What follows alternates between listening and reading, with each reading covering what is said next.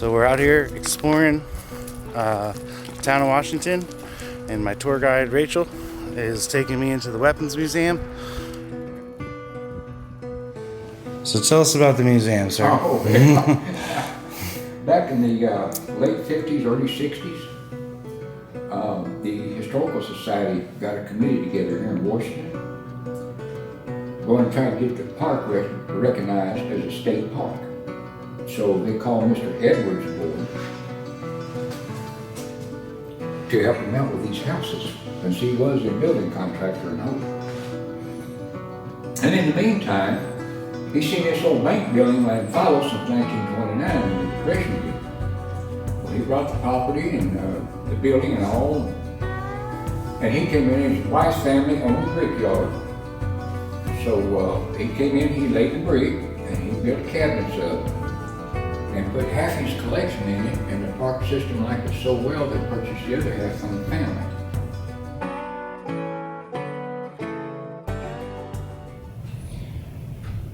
Here's a rifle from the 1500s from Afghanistan, you said, right? Yeah. And that's the oldest one in here. Mm-hmm. And what's the second one down here? Japanese. Mm-hmm.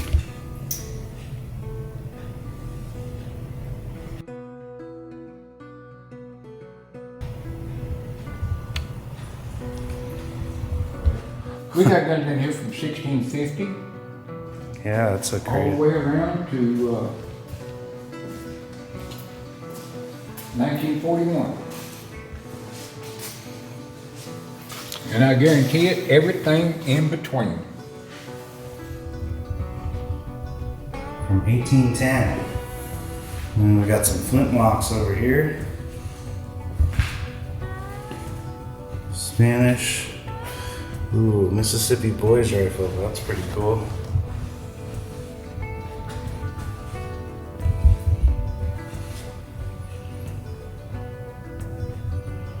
Over here. A coach gun. What's a coach gun? When you're running a stagecoach, Mhm. you want some sort of protection. And this was also easy to carry around with you.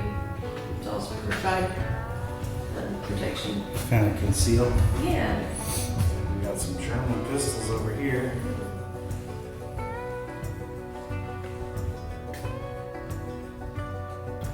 Wow, you have an MP40.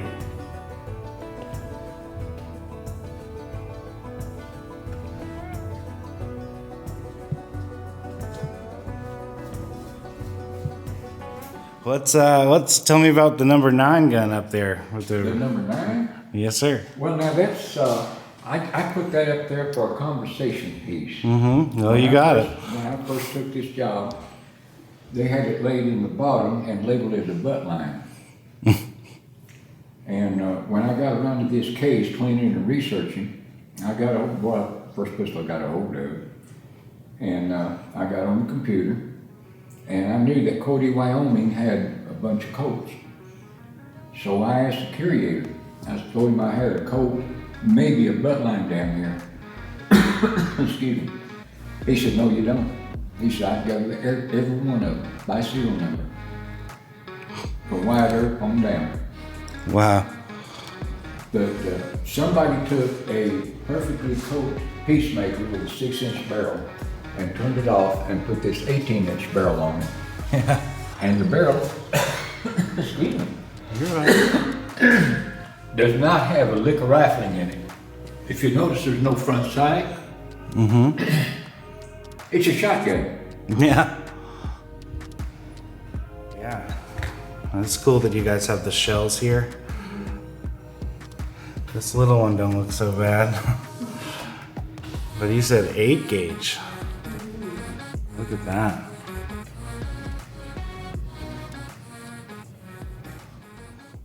Well, speaking of shotguns, what's your favorite shotgun in here? My favorite? Mm-hmm, yes, sir. Well, as small as I am, and easy to kick over, none of them. I guess this is right here. Ah, yes, That's an 8 gauge. We were talking about that one. Yeah. You got an 8 gauge up here, you got a 10 gauge, you got a 12 gauge, you got a 16, you got a 20, you got a 410, and you have a 9mm. Oh man.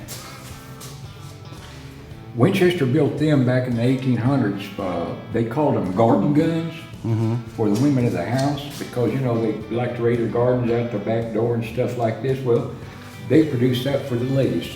No recoil hardly, but you scare the rabbits out and the birds.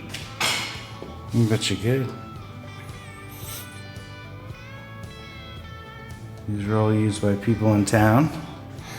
And this one right here, he said, was used to stop a bank robber in town.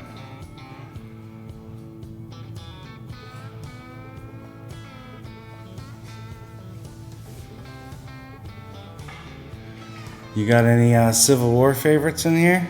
War between the states? Kind of, sort of, in a way. These guns, these flintlocks and percussion caps, I'm not sure if they made the Civil War at all. Okay. But my research on this particular gun here, Second from the left? yeah. Actually, it was shipped in by England and smuggled across the Yankee blockade on the coast. That's cool. And the gentleman's name that actually owned it is on the backside of the stock. I'm just sorry I can't turn it around. Oh, I wish you could. I love the carved stocks. But, What does it say on the other side? oh, Do you remember? It's okay if you don't. no one. I forget so much stuff. But this actually broke the Yankee stockade and supplied the Confederates with weapons. Very cool. Familiar with the Bowie knife? That's part of why, one of the reasons I'm down here. I'd like to know more about it though. Well, I will leave that story to the blacksmith because he is great at telling all of that. But these are some examples of different people's interpretation of the Bowie knife. And he's got examples of more historic versions, which are going to be more like these on the left. These ones on the left are more like it was. And then, of course, the very elaborate one in the middle there. But it's been a popular knife over the years to for people to put their own spin on. Look at this weird gun. That's a Marlin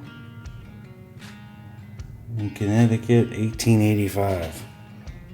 They did some weird stuff. It looks very uncomfortable. Yeah, it sure does. I bet it weighs like 100 pounds. Look at that. That lever there, I don't even know what they're doing. Oh, okay. So here's the sight on the back. It was probably for long range. That's why it's so heavy, so that you could keep it stable.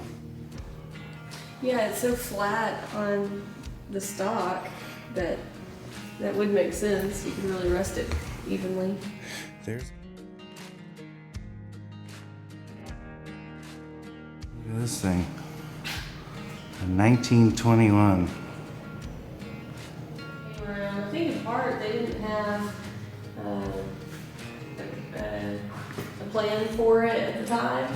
And somehow, I think somebody just brought up the idea of bringing it down here, and so we have it on long-term loan. 1877. This is after the war.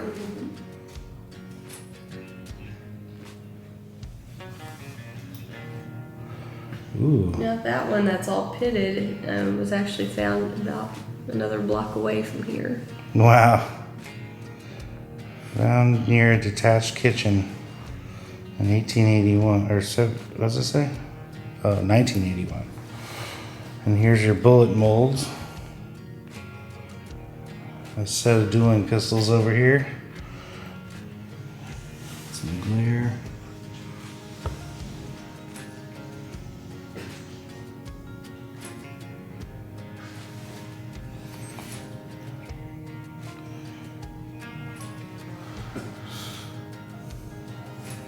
Wow. Thanks for watching the video. If you guys ever get a chance to check out the historic Washington State Park, I've got a few videos I've done already. I got a few more that I want to share with you guys. But awesome place, awesome people. Thanks again for watching, guys. We'll see you on the next one.